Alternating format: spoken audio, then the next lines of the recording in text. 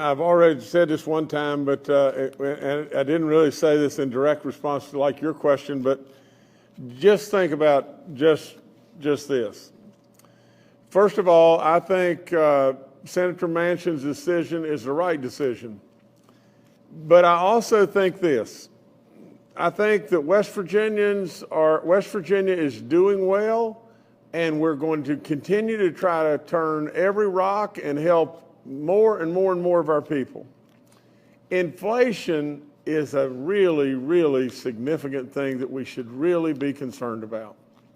Just think, when we go to the gas pumps, or we go, with our heating oil in the winter coming up, or we go to the grocery stores and everything, if you just look around, you can see really very, very easily that things are really significantly higher. Well, that cuts right into the pocketbooks of all of us. But the thing that I say more than anything is just this. I think we have, with the Build Back Better plan, I can't imagine that we call it that, but with that plan, really and truly, it's just a movement. It's a movement across all of us and everything to basically turn us into a socialized society. With all of that, really and truly, it just flies right in the face of West Virginians. Senator Manchin really and truly listens to West Virginians, and he's got to. He's got to in his position. We cannot have a senator, a U.S. representative that we have in our senators. We cannot have them be non-representative of West Virginians. West Virginians believe, without any question, that this country is founded upon the right things that took us forward. The American dream, having the grit to really get after it, taking care of those that are having a tough time, and extending a helping hand. That's what we do in West Virginia. We do not absolutely promote programs of socialism. We do not do that in West Virginia. And we cannot be heard in that voice. And so I really believe that Senator Manchin is listening to all West Virginians. Absolutely, we want to continue to perpetuate West Virginia. West Virginia is on a great path. We have absolutely set it on that path. And without any question, West Virginia is going to continue on this path.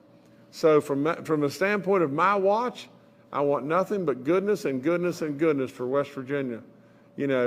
If they could have come up with a program that absolutely made real sense without just throwing money beyond money and creating more and more of an inflation problem across this great land, and especially in West Virginia, then we may have absolutely been, all of us, we may have had the opportunity to be behind it. But they didn't do that, did they? They came with a program really and true that was inflated beyond belief. It was a giveaway program. It was a program that hurt West Virginia in so many different ways it was unbelievable. But more than anything, it creates runaway inflation and absolutely, basically creates a bill that is so unnecessary for all of us, it's unbelievable. The generations to come would have paid and paid and paid and paid if, in fact, they would have been Americans. Absolutely, I challenge you with just this over and over. If you don't think our democracy is fragile, you're absolutely kidding yourself. We have made this country what it is today by our beliefs, and absolutely to deviate away from our beliefs and go into these silly no-man land stuff that is absolutely perpetuated by the Biden administration is going to absolutely lead to our decline in many ways. So no, I commend our senator for standing up, but I think he's standing up because he knows that that's what the West Virginians that put him in office believe. That's what we do believe. And so